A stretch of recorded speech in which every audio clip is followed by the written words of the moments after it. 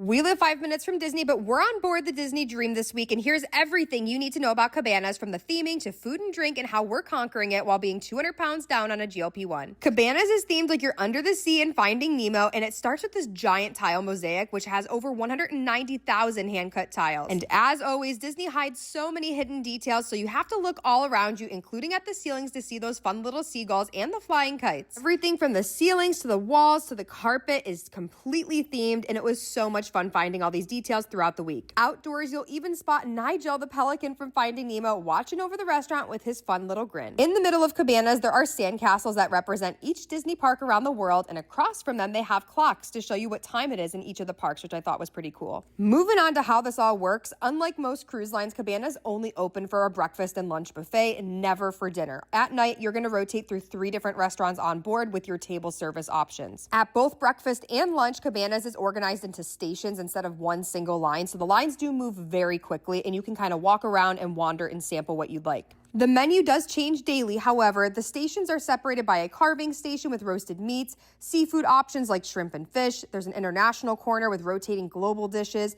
and a pasta station with different sauces each day. Being on a GLP, we always prioritize protein where we can, and there is a lighter section too that has a salad bar, fruit, cheeses, and some cold cuts. Being on a GLP with Amble does not mean that you can't enjoy yourself. We do everything in moderation, as you can tell. Not needing multiple servings at the buffet gave us plenty of extra time to explore the ship and truly enjoy. There's info in our profile. We go through Amble for less than $135 a month and no membership fee. No buffet is complete without dessert, and they had so many delicious options. You can even get different varieties of ice cream that you're not going to find on the other ice cream service section on deck 11. One thing that really caught our eye, because again, we prioritize protein, is they had a beef steamboat, which I had never heard of. It looked gigantic. This is prime rib, and believe it or not, it was cooked to medium rare. Each side has its own drink station too, and these are all included in your cruise fare, from juices to coffees and teas, and tons of different Coke products and Minute Maid lemonade too. The zero sugar lemonade was a hit.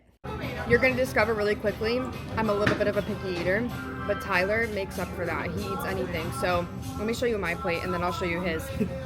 I got chicken tenders, of course, like I said, a little bit of fries, some ketchup, and then this was like a celebration cupcake. I don't know, I just needed something sweet. And of course, I got a Diet Coke. Have to, right? What's better than a Disney Cruise Line tender and a Diet Coke? Nothing. And I make up for the picky eatiness here. So they had like these like steak fries that I decided to go ahead and get, those are just typical. But then they had, a roasted steamboat is what they called it. It was this humongous piece of prime rib. So I got some prime rib, and then I also got a lamb chop. There we go.